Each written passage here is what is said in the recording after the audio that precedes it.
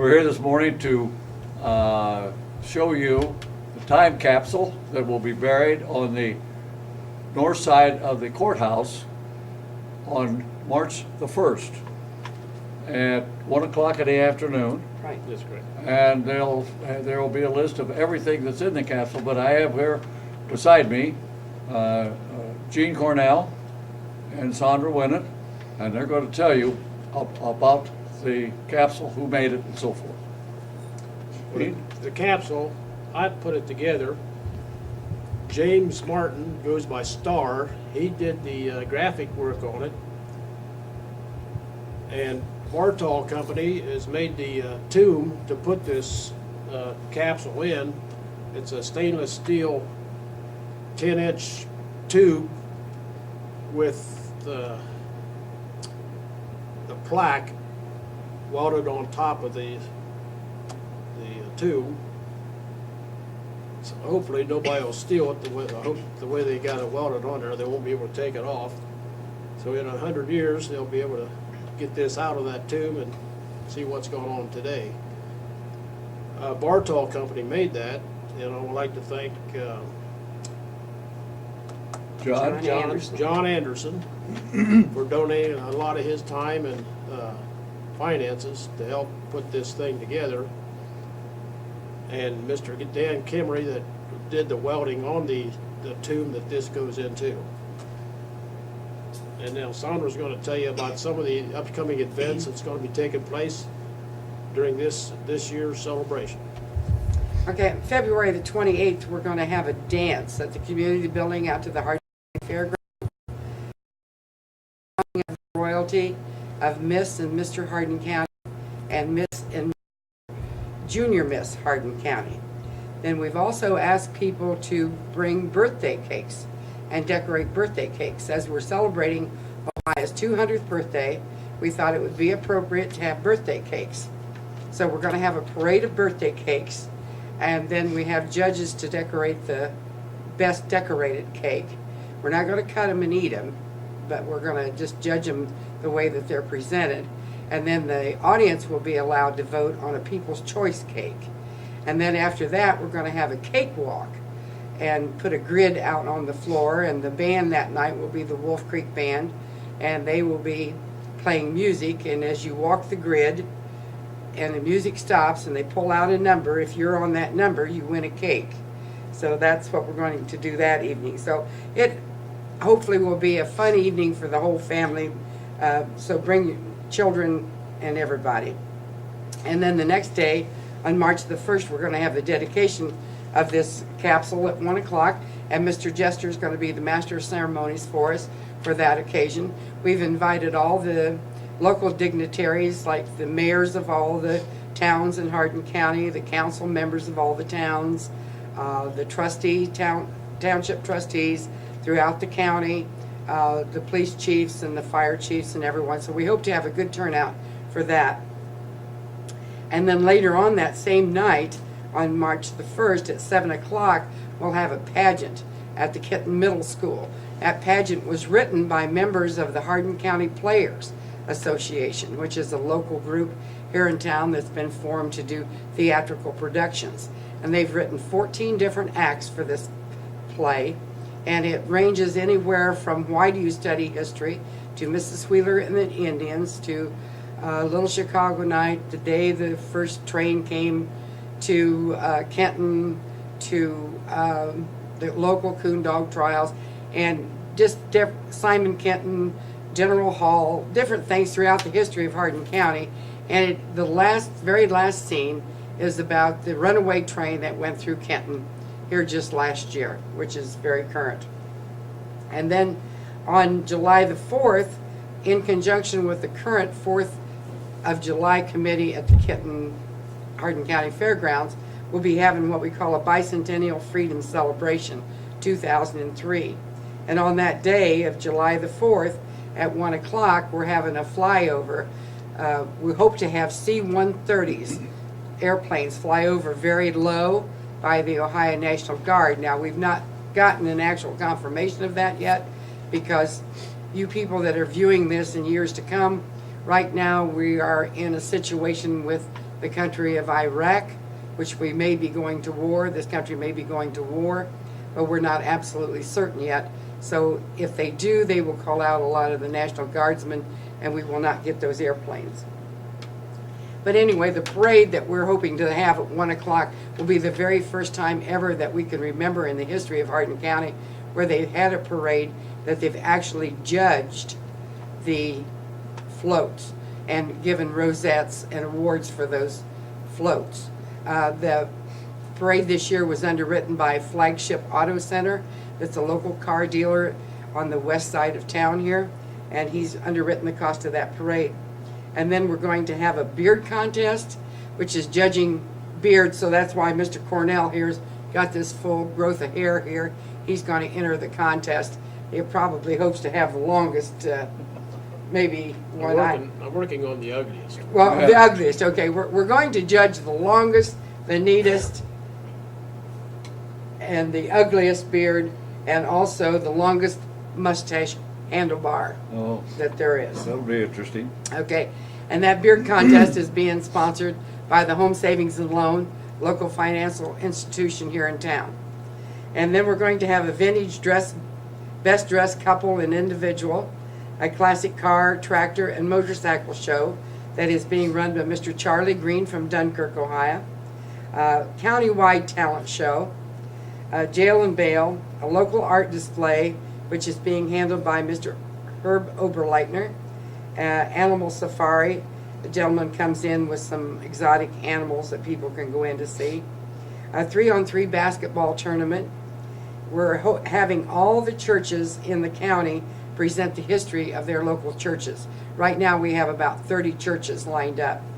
And then we're going to have a history of the Hardin County schools, a history of the Hardin County Granges, and of course the history of Hardin County businesses. And we've also contacted all the towns and villages to come to town and present the history of their local town. Then we'll have a group there called the Unchained Eagles. The Unchained Eagles have a wall that has the names of all the young gentlemen and young ladies that lost their life during the Korean conflict. Then we're going to have the local Amish coming to town and selling their goods at the fairgrounds. And then we're going to have that same day a barbecue chicken dinner, face painting, and a craft show, horseshoes, an ice cream social. And then we're having a kitty tractor pull, which is being sponsored by the Optimist Club here in Hardin County. And that's being run by Nancy and Paul Rickenbacker. Then we're having a swap meet and a actual antique tractor pull also. But the main event that day will be culmination by the fireworks at 10 o'clock that night in front of the grandstand. And then on the next day, on July the 5th, we're going to continue with everything that we've listed previously with the 3-on-3 basketball and the histories of all the displays. Then we will also have a dress your pet contest and a handicap games and a horse show, which is going to start around 8 o'clock in the morning. And then we're going to have also a spelling bee. And the spelling bee is being sponsored by Sky Bank here in Kenton. Then we're going to have downtown that evening at 6 o'clock. We're going to have what we call a walking or riding history tour. Gene has designated through the Genealogy Society approximately 52 locations.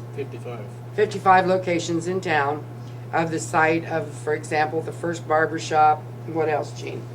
We got the first courthouse, the first jail, the first doctor's office, and I just found where back in 1861, during the Civil War, when Hardin County sent over 2,500 individuals to fight that war, they had a camp named Camp Simon, which is located on Fairground Road, which would be 175, County Road 175 in the corner of 68 South.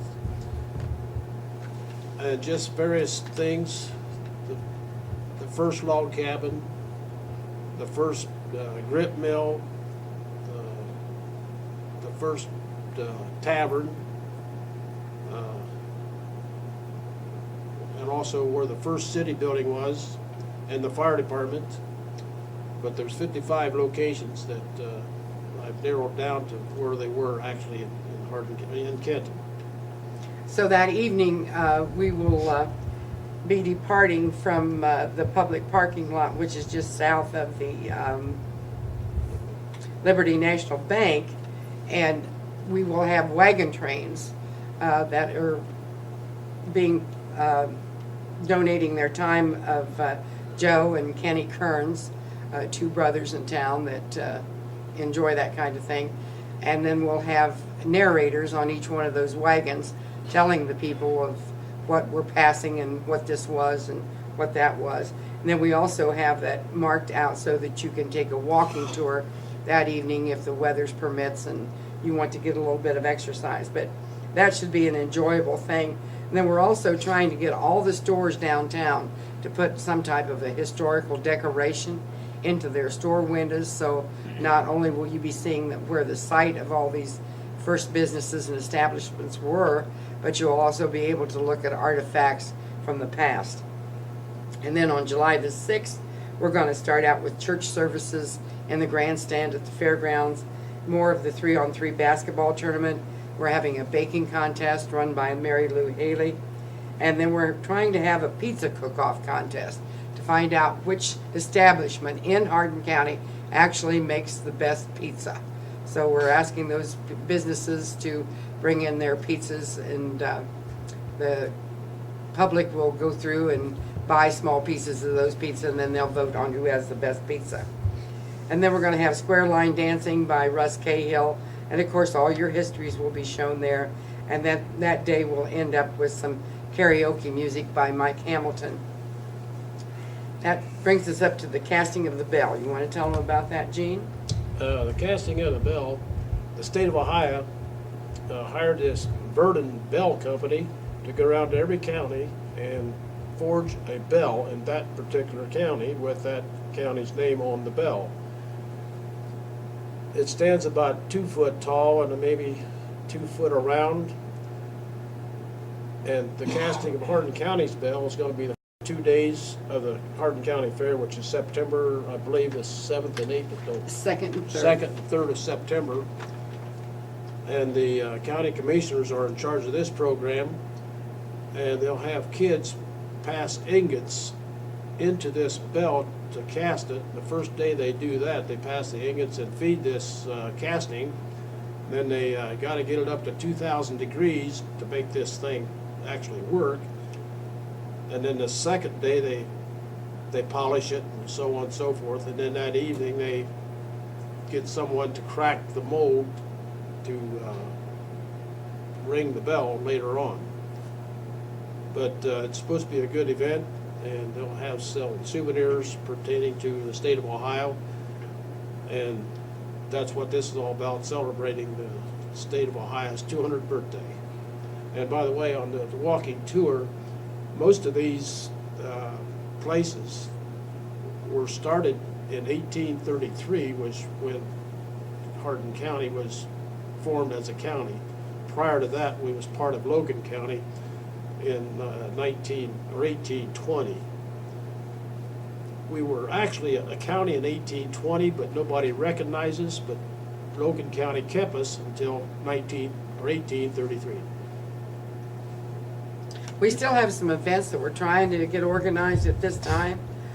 Cemetery tours, a golf tournament, garden tours. Of course, we're making these videos for the future generations to look at and view and decorate the stores and the plaques. And then also want to mention that at this time there will be a performance of Chautauqua. I don't know whether Chautauqua will be around when this is viewed and taken out of this time capsule in 2103. But Chautauqua is a show that travels the state of Ohio. They put up a 60-foot by 90-foot tent.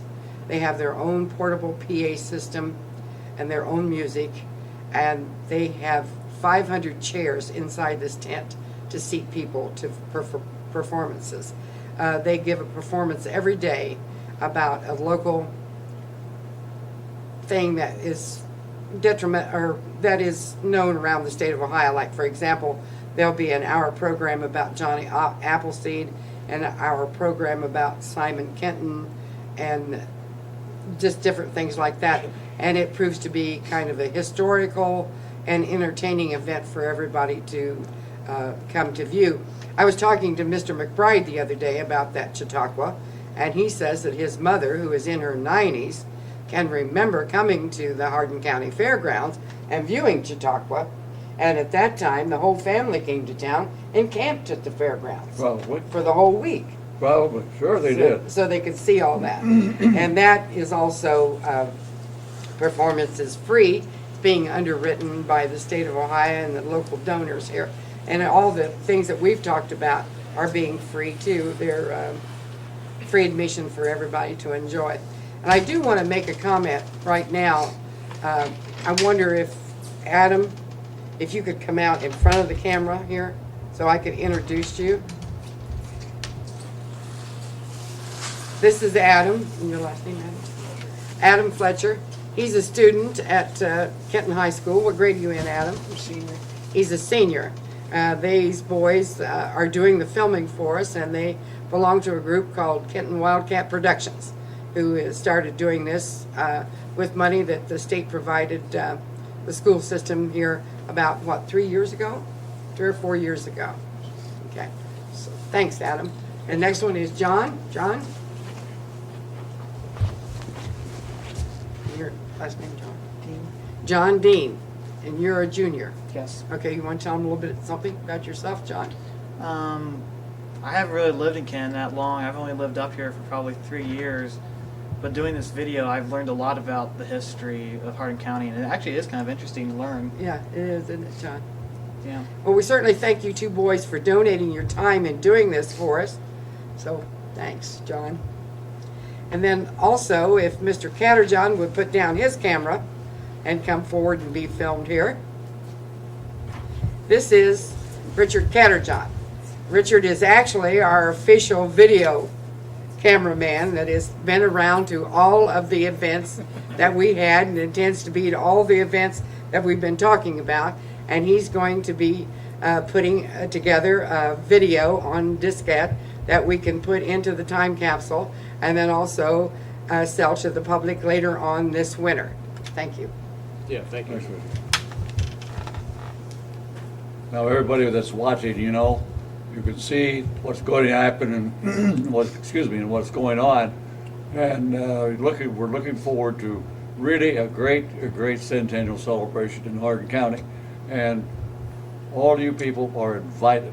You're all part of it, and you're all invited, and they want you all to come. We want you to make your own memories so that 100 years from now you can be sitting here and talking about what you did. Right, John? Right. Right. Thank you. That's good.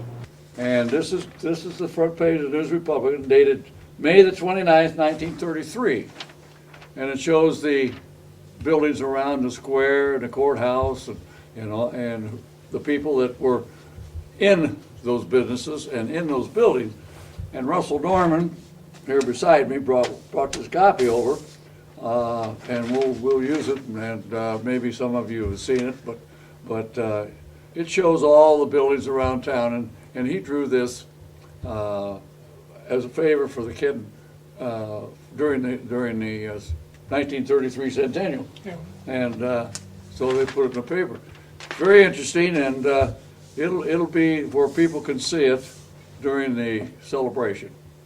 Not only that, it has all the names of the people that were involved in various businesses around the square at that time too, and their names appear on this. Yeah.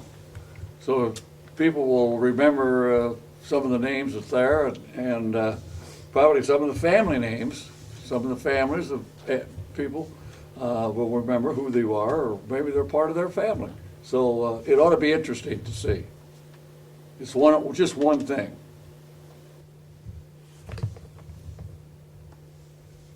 This is Monday.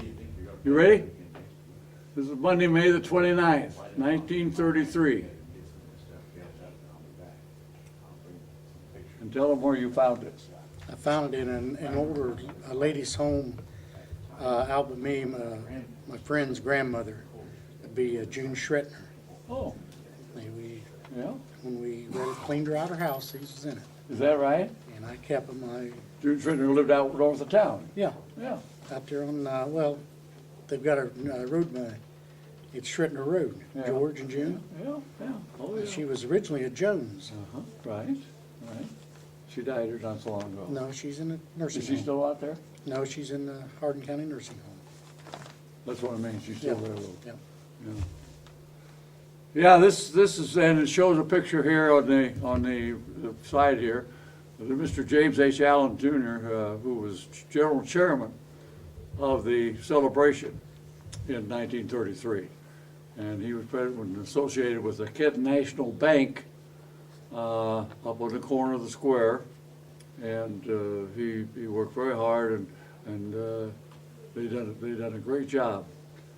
And bring us in so you could see it. Another thing he brought along here that people forgot about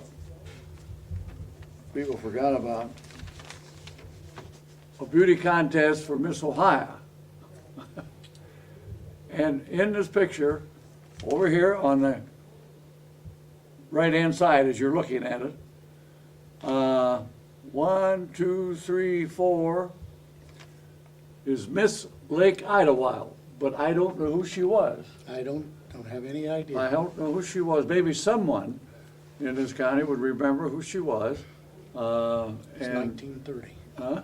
That's 1930. That's 1930, just before our big celebration. But anyhow, they had this contest, and they had it at Indian Lake. But she was Miss Lake Idlewild at Kenton. Very different. And of course, there he brought in this, which was going on at the same time, in 1933. The President of the United States passed away. Calvin Coolidge. All these things were happening in 1933 along with our celebration. And I know that a lot of you people that may be looking at this or will see this will bring back some memories of other things that you know or you have in your possession, pictures or whatever. And the committee of Mrs. Winnett and Mr. Cornell, G. Cornell, would be tickled to death to have anybody come forward with any information or pictures and so forth, just like he did. Okay? You want to add anything to it? No, sir.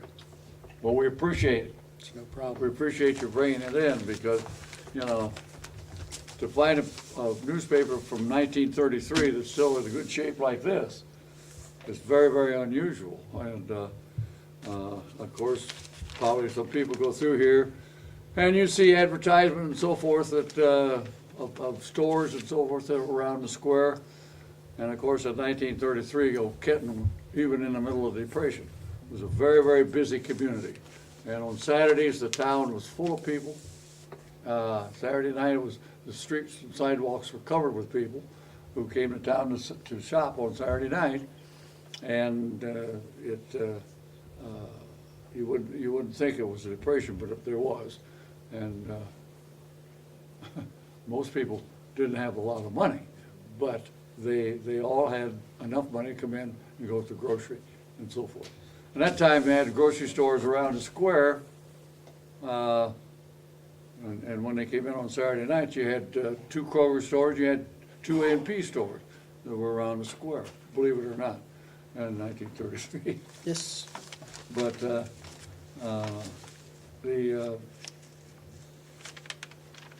the advertising and the Kraus Jewelry Store now is no longer there. It's what is it called? The jewelry store up on the north side of the square.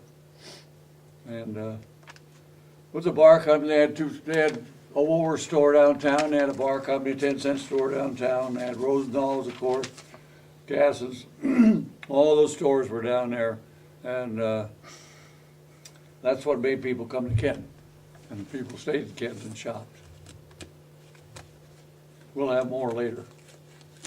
I have with me here Deborah Elin Dick, and she has something she wants to talk to you about her grandfather, and what happened way back there in 1917 that we forget about. And Debbie, I'm going to ask you to read it Okay. and tell us a little bit about it. Okay, well, my grandfather, Oscar Elin, was the owner of a manufacturing company in Kenton called the Kenton Manufacturing Plant, and they rendered dead animals into lard, I don't know what all, but so a circus came to Kenton in 1917, and there was a fire, and 3 of the elephants were killed.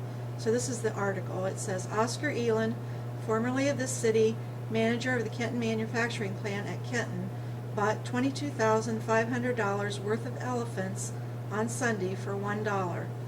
3 elephants belonging to the Coop and Lent Circus were killed in a fire which destroyed 2 cars in the circus train. Elin bought the carcasses. Alive, the elephants were valued at $7,500 each. So there's a picture also, which sorry I couldn't bring, that shows the dead elephant on the ground, and my grandfather and his workers were standing on top of it with shovels and axes, and they were getting ready to do the deed. And this is the tusk from one of the elephants. And I grew up with this. It was always in the bookcase at home, and just kind of a neat piece of Kenton history. It's a neat part of Hardin County and what was going on in those days. And of course, you know, back in the 20s and the 30s, and even then, we had big circuses every summer in Kenton. And of course, they always set up their tent most of the time in the 30s down at the Piper Show lot on West Franklin Street, where the REA office is at the present time. But they'd have a parade around town, and they'd have the elephants and the lions and the tigers and the calliope and the whole bit. And this is real interesting. Her grandpa run this business here in Kenton for a long, long time, and very well known family, Elins. So, and Debbie, appreciate you bringing us You're up welcome. and bringing the article. Well, It's all part of Hardin County. it is. My Okay. father would be happy that And your this dad? is going to be Yeah. in the history books. Right.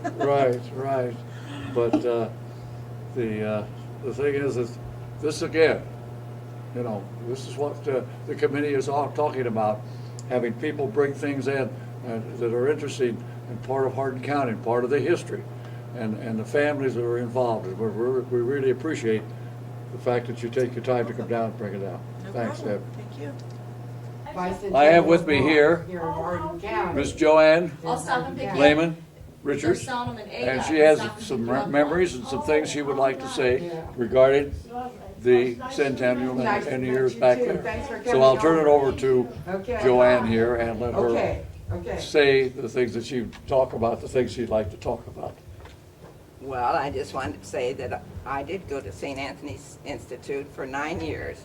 And at the end of my freshman year, which ended that year in April 1933, they closed the high school at St. Anthony's.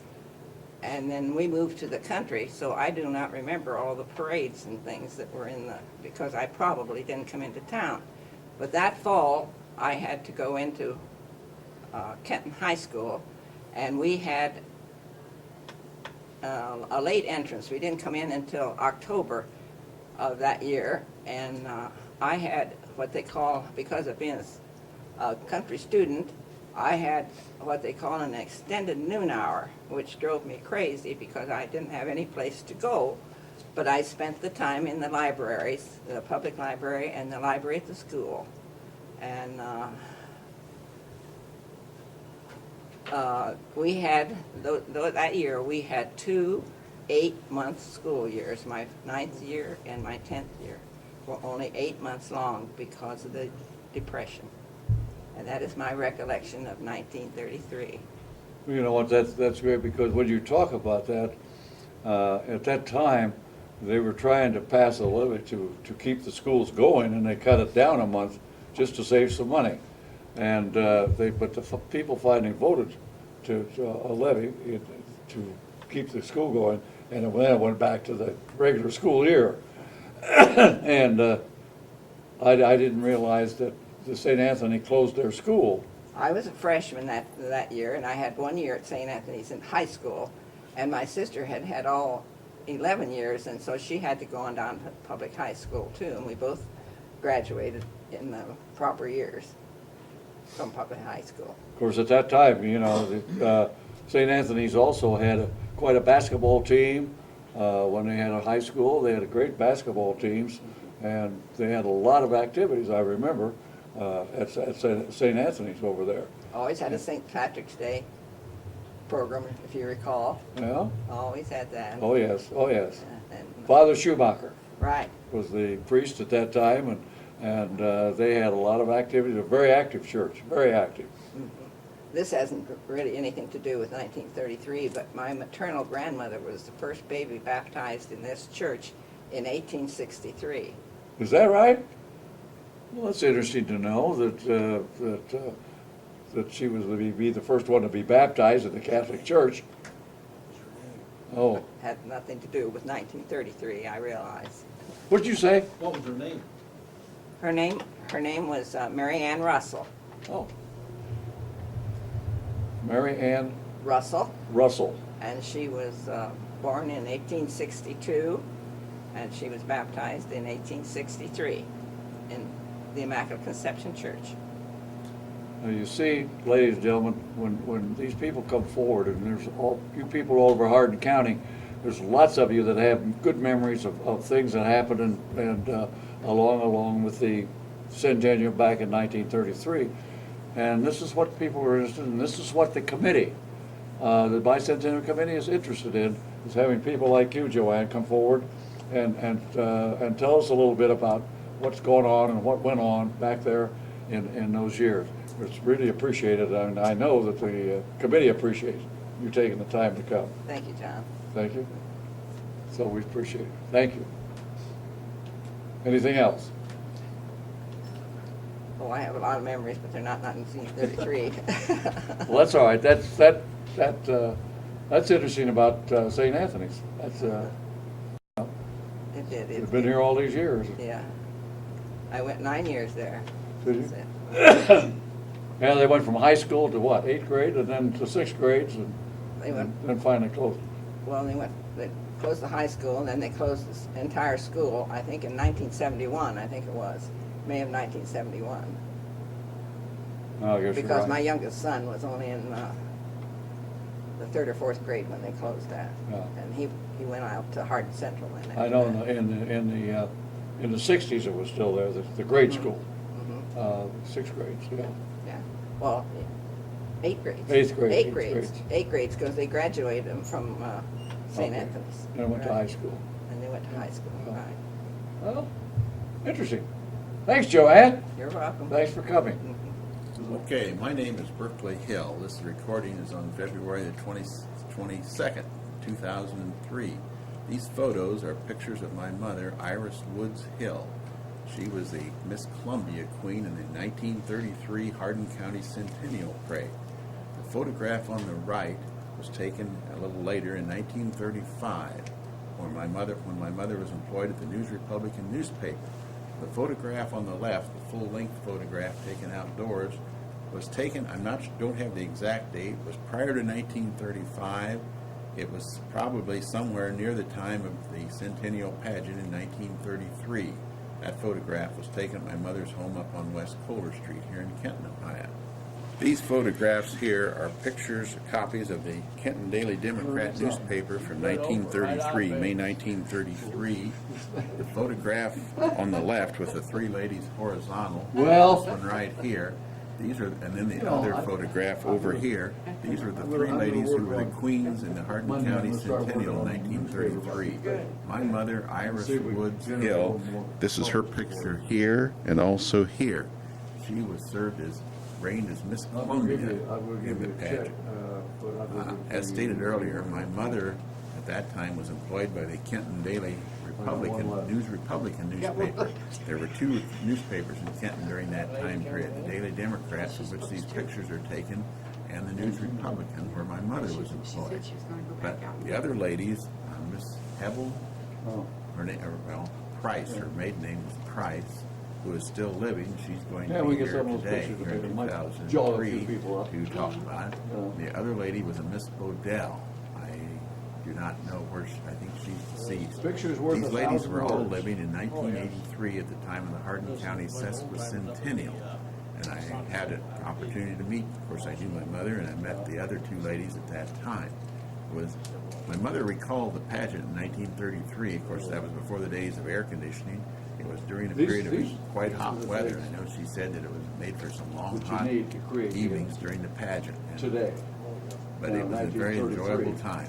No, That you time, didn't my have mother TV, lived you up didn't on have West a- Kohler Street, half people up didn't near even where have a radio. the present Simon Kenton You know, School was cold rock and located. so forth. Someone The didn't have show, a the mobile. pageant was held out on West Franklin Street there. This was a It's called fantastic Pfeiffer's event. Show Lot. Let's face it. That is where the Just like what the circus REA had, that Electric wall building is circus today. coming down. Mid-Ohio Not Energy everybody is the got correct it. name today. It was in that area there on West Franklin Street. I know it's just a much different age then than it is here 70 years later. But as we look back over the history of Hardin County was Bicentennial 1933 was People quite an love to event. look at The pictures. Sesquicentennial, which I also participated in 1983, was quite an event. Hardin County indeed is and has been a great place to live, and many memories exist of Hardin County. Back in 2003 as part of the Hardin County Bicentennial program for the state bicentennial. What I have here is a dedication program for the Pleasant Hill Methodist Church, which is located on what is now State Route 235 between Roundhead and Alger, Ohio. The church building this program dates from October 1900, at which time the present building, which still stands, was erected and dedicated. The church is still in existence. It is now under a different name. I believe it is now called the Victory Praise Church in more recent years.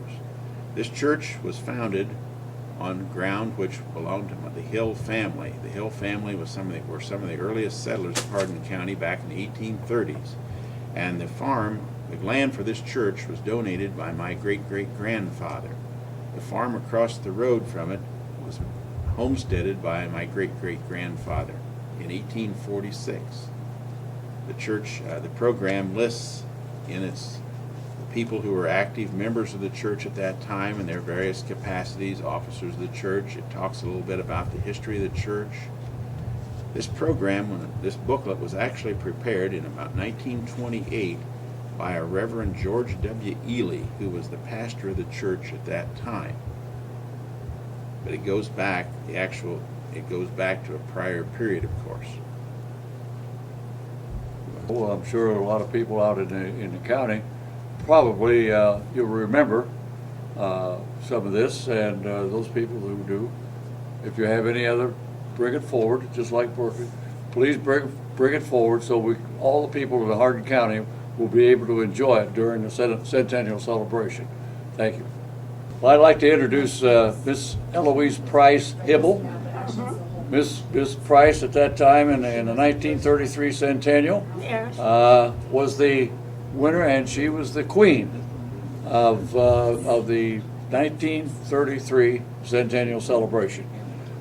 She was a winner over some 84 other young ladies in Hardin County, and probably many of you remember some of your family or your sisters or brothers or daughters or whatever who were in that contest. And Eloise is here with us today to help celebrate the new centennial of 2003. We're real happy to have you. Well, thank you. Thank Do you. you have John. anything you'd like to say? It's nice to be here.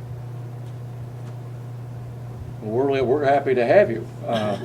There's not too many here available anymore after 1933.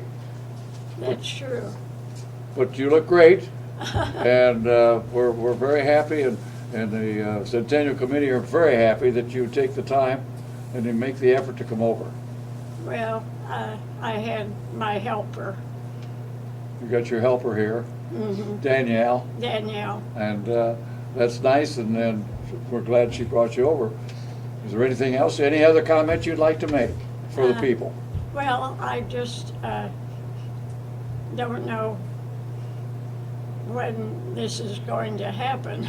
You know, well, it's going to be interesting. And here, I want to show you, here's a picture of from that day, June the 17th, and a picture, and here's Miss Hibble, Miss Price at that time. There's a Right. picture right here. And they list them all the people that were involved in the contest. Now, Miss Price at that time lived in Forest, Ohio, Right. and she came from a family over there that I'm sure a lot of the older people will remember, the Price family. Well, my father practiced law in That's right. Kenton. The Price and Price. Originally, it was Price, Pfeiffer, and Price. Mr. Pfeiffer died, Uh-huh. so then it was Price and Price. Price. And Law firm, uh, right across from the courthouse. right about on the second floor, across from the courthouse. Yes, right. Right, right. And were you any relation to Harry Price, who was an attorney? He's my brother. He was your brother. That's what I thought. I had two older brothers, and he was my younger brother. And he was an attorney. Yes, he He was an attorney, practiced too. law. I Right. think with my father. Uh-huh. Well, that's great. And are you still living in Forest? Mhm. Still living in Forest, and I'm living in a house that my great-grandfather built. is that right? Hmm. Oh, wow. That's right on the edge of Forest going Yeah. in the forest, isn't it? It's the first house, and then the next house is where I was born. Oh, My mother and father lived, and I still own it. well, that's great that you still live there, you know. Well, I lived in New York for about 6 years after I was married. And we came back to Ohio. And then you stayed here from then on. Well, not really. Oh, We lived in Columbus uh-huh, for 6 years. uh-huh. My husband's position took him to Columbus. Is that right? And then you came back later after that, Right. and more or less retired in Forest. Well, no, my husband went into the business. Oh, He I had see. an insurance business. In Forest. And I went to a college up at Painesville and took the insurance course because I'd never had that in college. So then he had a heart attack and died, so I operated the business. Oh, I see. So you kept it going then for quite a while. Well, after about 4 years, I remarried. Uh-huh. We ran the business I see, I see. until we retired. Well, you know, I think it's unique that you're able to be here, and wanted to take the time to be here to help with the celebration here in 2003. And it's Well, been great that you're here. I hope that the pictures turn out. I was wondering, I don't know whether to take a picture without my glasses. Maybe I wouldn't look normal. Oh, you look good with the glasses. Oh, really? Sure. I don't think that will affect it. I think you look fine. You look Well, fine. So, and I remember, John, you came up to Forest and had some dates with Margaret. She was Margaret Keckley. oh yeah, You remember? that's a long time ago. Then she married the coach, D. Ray Baum, Oh yeah, oh and yes. she's only been gone a couple of years. I'm about the last one of my crowd. Uh-huh, uh-huh. Now they're going back quite a ways. Uh-huh. Quite a ways. Yeah, I did. I got out of Kenton a couple times. Well, I'm probably, I don't know how old you are, I'm 94. You're a little older than I am. I- Yeah, I'm 85. You're 85? Okay. I don't usually tell people how old I am, but Well, I'm not sensitive not about it. either. Not anymore. No way. But yes, you know, I remember some of the kids, because Mary, my sister Mary, used to go up to Forest and have some dates with some of those guys. She went to Forest? Oh yeah, she dated a couple of those fellas up there. Oh, And that's how she got to know you. oh, yes. And then of course Elmer got to know you, my other sister, she got to know you. And it's nice. Anything that you could add to the Centennial besides what you have already done, the Centennial Committee would be pleased. Well, I don't want to leave this because as far as I can remember, it's the only copy I have. Uh-huh. And I don't know why I don't have any copies of 1933. Agree. Do you have any? No, but I've had some people. I had some people who brought me pictures, little 3 by 5 pictures of the parade, Oh, of the day of the parade. I remember that. Well, everybody was there. We expected that we'd have a decorated float. Uh-huh. It was I think a Ford truck, and we we sat on straight chairs. I think I mentioned it in the article. Uh-huh. And it was the flatbed of a truck. Well, you know what? I have a picture.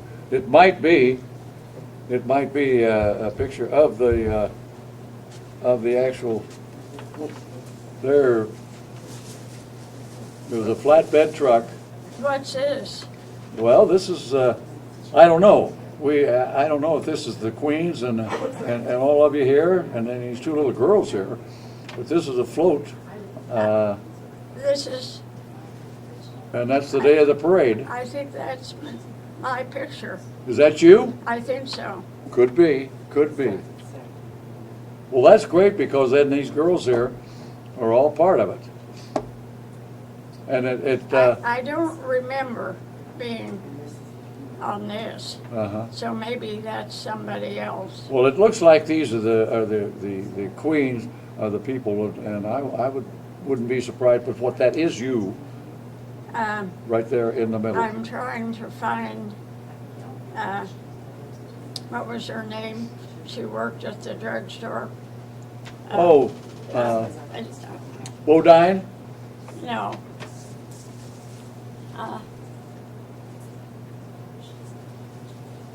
Well, here, Vera Bodine, Eloise Bryce. No, Yeah. this one. This one worked at the drugstore. Miss Bodell, Miss Bryce, and I know her name. Woods, well, no, Let me look a minute. go ahead. Miss Kenton and Miss Hardin County. I was Miss Hardin County. Right.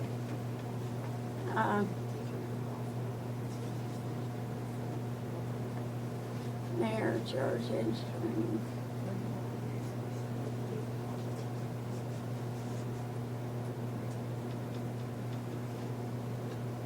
This is Vera Bedell Yeah, was Miss Kenton. right. And then I was Miss Hardin County, and then Iris Woods was Miss Columbia. Yep. Right. That's right. And they're all there. This is what you brought, didn't you? Yes. It's, I want to keep it because it's the only It's the only one you have. picture I have. Right. Unless there's another one somewhere. Well, they're trying to recall and find any old articles they can. And this is what the committee has wanted the people in Hardin County to do. If they have pictures or if they have articles, concerning this. They want them to, we would like to use them, be able to use them during the celebration. And they're putting together the advertisement, the pictures, the whole thing, so that people will be able to enjoy it later on. This is an article in the Kenton newspaper at that time, depicting the crowds that came to the parade on 1933, and the estimated crowd was around 25,000 people were downtown Kenton to see the parade. Everybody from all over the county came to see the floats and so forth, and we're going to show you some pictures of the actual parade that day, and you can see where the cars and the people and so forth, how they were all lined up. So we'll do that right now. It was F.H. Bailey and Sand and Gravel float, and they had a lot of people on the float, of course, and it says that they had the sand and the gravel for F.H. Bailey, and a lot of people remember. What I'd like to do, and what we're talking about doing here with these pictures that were blown up from a little 3x5 black and white, to have the people see if they remember any of their members of the family that might be in these photos, or if they might have some photos from 1933, the parade, that they would like to bring or loan to us. Now, these pictures were loaned to us by Elizabeth Sis Baird, and she had quite a few pictures of these are real pictures, they're not postcards, these are real pictures that were taken.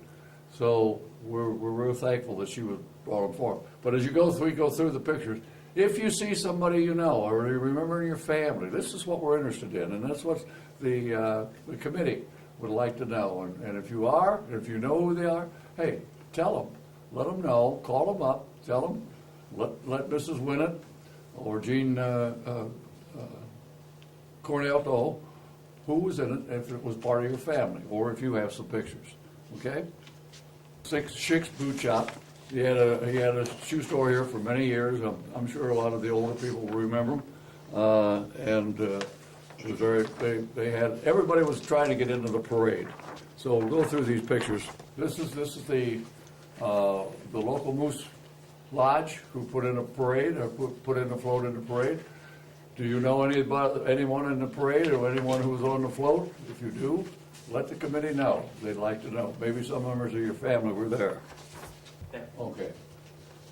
This is on a float by the Central Coal Company, it says. And on the left-hand corner up there in the corner, you'll see where that's an Atlantic and Pacific, an AP grocery store on the east side of the square. And they had one also on the south side of the square at that time. But this was one of the floats too. Maybe you remember. Maybe someone will remember. This is a picture of the Linco. Linco was the forerunner of the High Oil Company and then Marathon Oil Company later.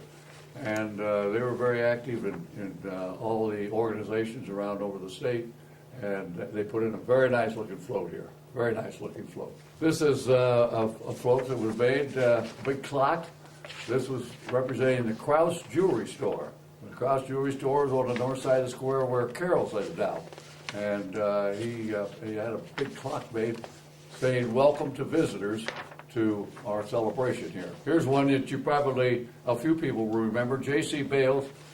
You've heard of Bales Road and so forth, but anyhow, J.C. Bales had a meat market on West Franklin Street, and they were very active in the community at that time. This is Humble's Tin Shop on West Columbus Street, West Franklin. Probably a lot of you remember. This is Art Humble standing there beside his display. They were big in the stove business and the plumbing, or in the stove business and so forth. They were here many years. This is a very interesting picture. This shows the crowd, part of the 25,000 people, and the cars, how they parked, even double parked down South Detroit Street. And this is Jumbo Community Club. And probably there might be some people that remember that Jumbo had a community club, but they were in the parade, and they were very proud of their flag.